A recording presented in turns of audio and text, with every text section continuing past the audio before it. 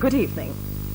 Well, tonight we're bringing you yet another concert, which was held in early July during the closing week of the Festival of India in the USSR. A few weeks ago, we telecast recordings of Pandit Ravi Shankar's Swarmilan and Kumudne Lakhia's Aroha. And if you happen to have been with us those evenings, you're probably quite convinced by now that these Indo-Soviet joint productions organized by the Indian Council for Cultural Relations were, to say the least, unique, grand and enthralling. Well, here's something equally overwhelming. Excerpts from a concert by Dr. L. Subramaniam, one of our greatest violinists and composers, who performed in Moscow at the Tchaikovsky Hall, along with the USSR Radio and TV Orchestra under Vladimir Fedosiev. In fact, this was the first time that the orchestra had dedicated an entire evening to the works of a living composer. In his conversation with us in Moscow, Dr. Subramaniam recalled his early memories of having played a violin when he was just 3 years old. Well, between then and now, Mani, as he's fondly known, has evolved into an artist who's been acclaimed internationally. His magical touch and intonation and incredible expertise to synthesize dissimilar cultural qualities are all so typical of his almost curious mastery. So here's Dr. Subramaniam, first in a little chit-chat which he had with us in Moscow, followed by Fantasy on Vedic Chants. Now, maybe you'd just like to ponder a bit about your early years, especially the transition which you made from playing the violin in the South Indian Carnatic style to performing Western classical solo pieces, and then your decision, a very important one, I guess, for you, to go and study abroad and having stayed there ever since. There's 2 or 3 questions put together. Yes. First, regarding my father is my teacher, and my mother is a great inspiration. So we all learned in our family, everybody, all my brothers play the violin. So originally I was playing duets with my elder brother, and that's how I started my career. Then we formed a trio with 3 of us. And going to composition in Western music, my elder brother is mainly responsible because my father wanted my elder brother to learn Western classical music. Mm-hmm. Incidentally, he's a very fascinating composer. He lives in Madras, Vaidyanathan. He has done many movies, and so he was almost the leader in that way because he wanted to learn composition and he wanted to study harmony, counterpoint, and all those things.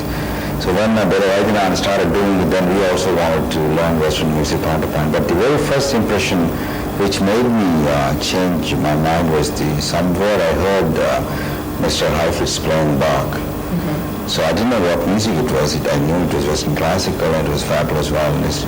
So that was the piece, do you recall? I don't even recall, but I just knew it was some Bach composition. So that had such a powerful impact. So I wanted to learn composition. I wanted to also study Bach music and possible to play Bach music.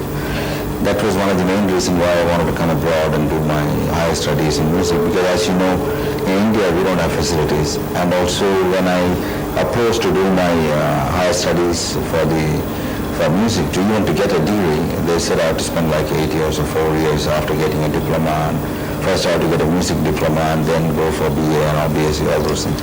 But by the time I already had spent like 6.5 years in medicine and got a degree, so I didn't want to study another 8 years or 6 years just to get a degree in music. That was the main reason I came abroad. So I applied for a scholarship, and in 2 places I was accepted with full facilities.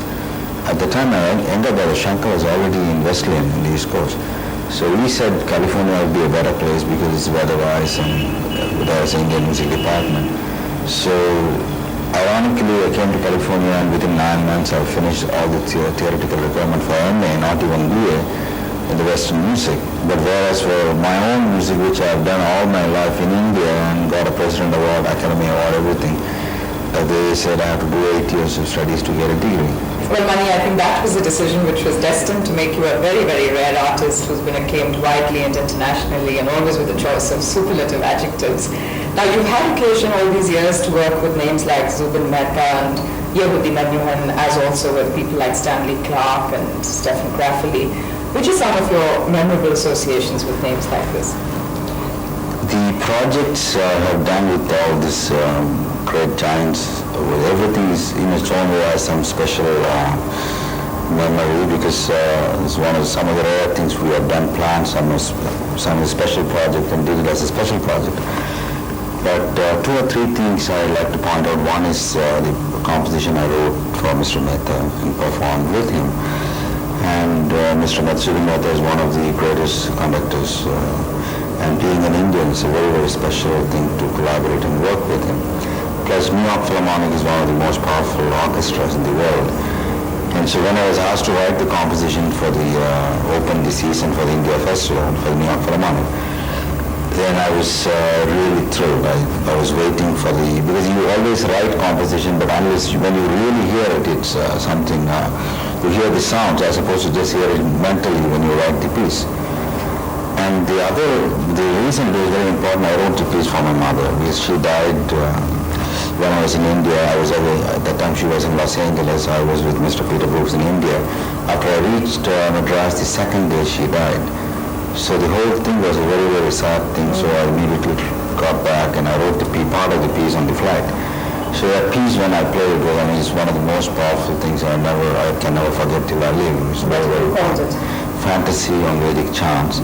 Because our Indian philosophy, Indian music and everything goes back to the Vedas. So I've taken the motive of the Vedas and used the three nota, the whole motive, and opened up as a full orchestral piece. And it was a very, very, actually it's a turning point in my life because the piece was a great success. And,